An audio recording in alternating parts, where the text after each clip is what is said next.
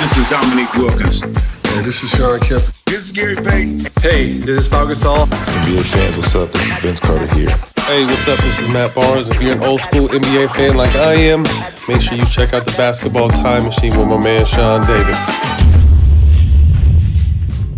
Hey guys, welcome back to the Basketball Time Machine. I'm your host, Sean David. Thanks for tuning in. Now, today's episode is going to be the second part of the What NBA Legends Think of Larry Bird. But before we get to that, I want to tell you about my new project. My new project is called the Legends of Hoops Festival, which is going to be an old school NBA fan festival, like a fan convention in the year 2022, obviously if COVID allows it. And yeah, I got Dale Addis already who confirmed that he's going to be there. I got Terry Cummings who's going to be there, and I'm already working on some more legends from back in the days. And yeah, this is going to be in Neuss, Germany. This is going to be the first event that I'm going to have, and if the event is going to be a success, I also want to do it in the United States. It's going to be a big project already. I'm already talking to brands from back in the days. I can't tell you the names, but as soon as I got them confirmed, I will let you know. So this is going to be a festival for me and for you guys, so we can celebrate more of old school NBA fandom. And yeah, naturally I need to find some sponsors, and this is where I hope you guys can support me.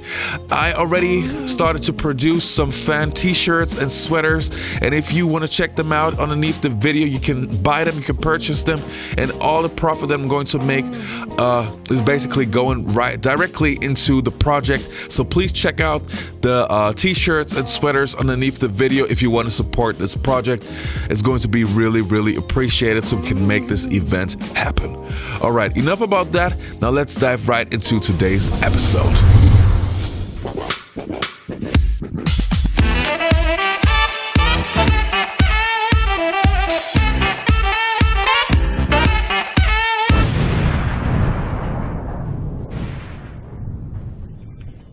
Now, the first player that we're going to take a look at is going to be the truth, Paul Pierce, and his opinion about Larry Bird. And it's really interesting when you consider that he was a Celtic.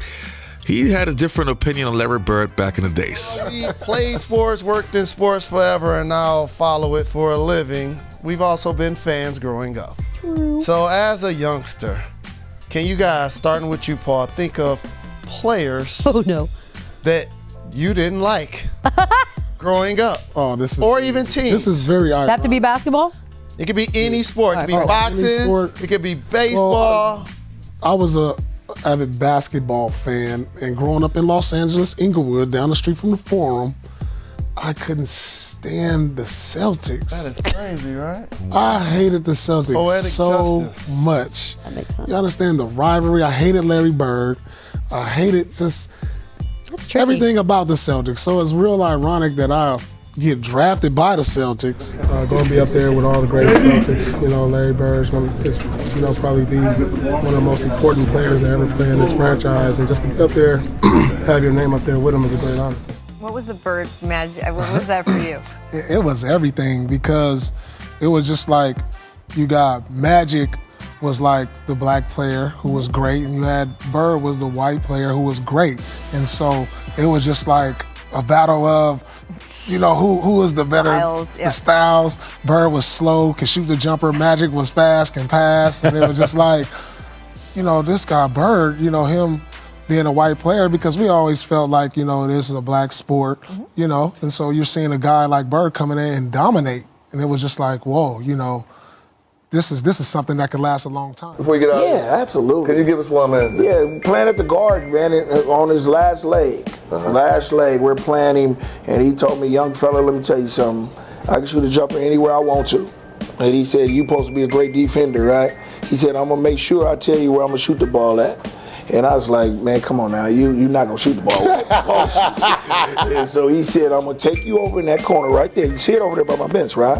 And I'm going to give you something, and it's going to be this jumper. Right. And I said, shit, watch this.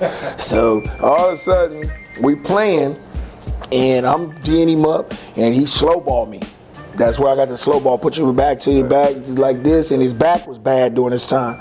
So he went right to that corner, and I'm up on him, I'm under him, and he said, young fella, what did I tell you I was gonna do? And he turned around, raised up, looked around, it was all draws. And I said, shit, I ain't gonna mess with you no more. And that's just a veteran knowing how he can play. Wow. You know what I'm saying, and what he can do. He knew that I was smaller than him. He can shoot over me, and he can create space. When I'm trying to D people up, he learned how to neutralize me by turning his back and make me have to go through him. And if I reach on him, he'll turn and spin and get away from me, and he gone.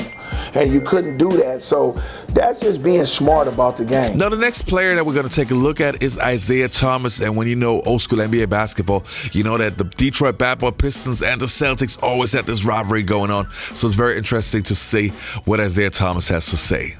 So I run over, we look at the bench, no timeout, nothing. So I run over and I grab the ball. And this is probably one of the most incredible plays that's ever happened against me and that probably I've ever witnessed.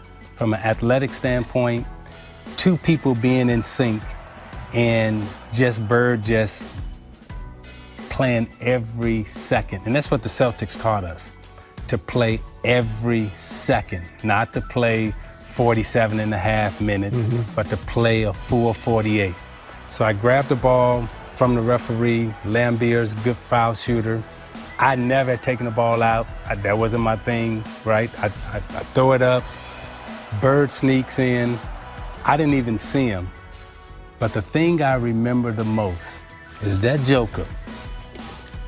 This is the out of bounds line. That Joker caught the ball, and in my mind, I'm like, okay, he going out of bounds.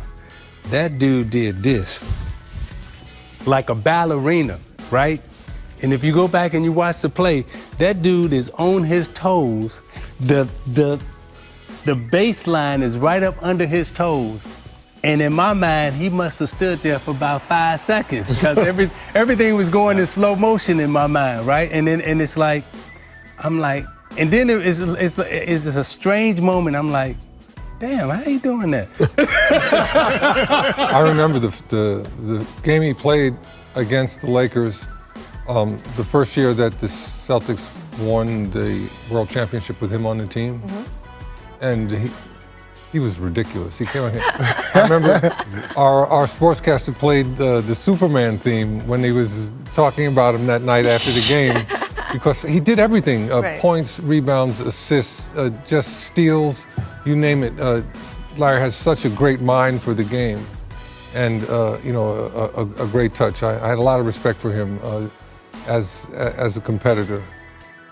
And he was one of the biggest trash talkers that you'll ever see in your life. That's what I want to hear about. Larry about. talked more trash on the court than anybody. He'd tell you where he's going. He'd tell you when he catches it, there's nothing you can do about it.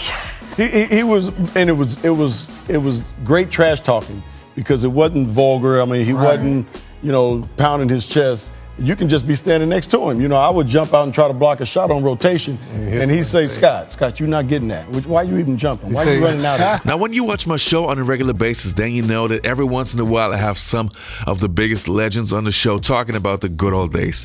And not too long ago, I had Michael Redd on the show who has much love for Larry Bird. Let's have a look. That also mean you hated the Celtics? Yeah, I hated the Celtics. Hated the Celtics. And that's because they were so good.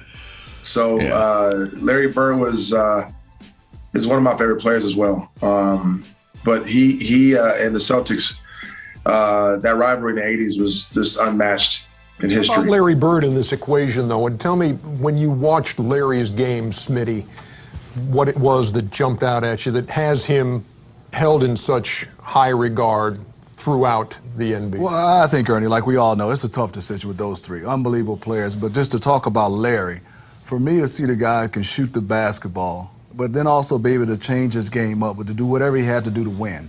Kind of like Magic, kind of like Michael, but, I was impressed for a guy with his athletic ability, which was not a lot, to be able to rebound the basketball, to really take the fundamentals of the game and take it to another level. I mean, everything fundamentally, if you watch Larry Bird, he did at a top level. All right, you guys, that was it for today's episode. I hope you enjoyed the content. If so, please leave a like and also subscribe to the show.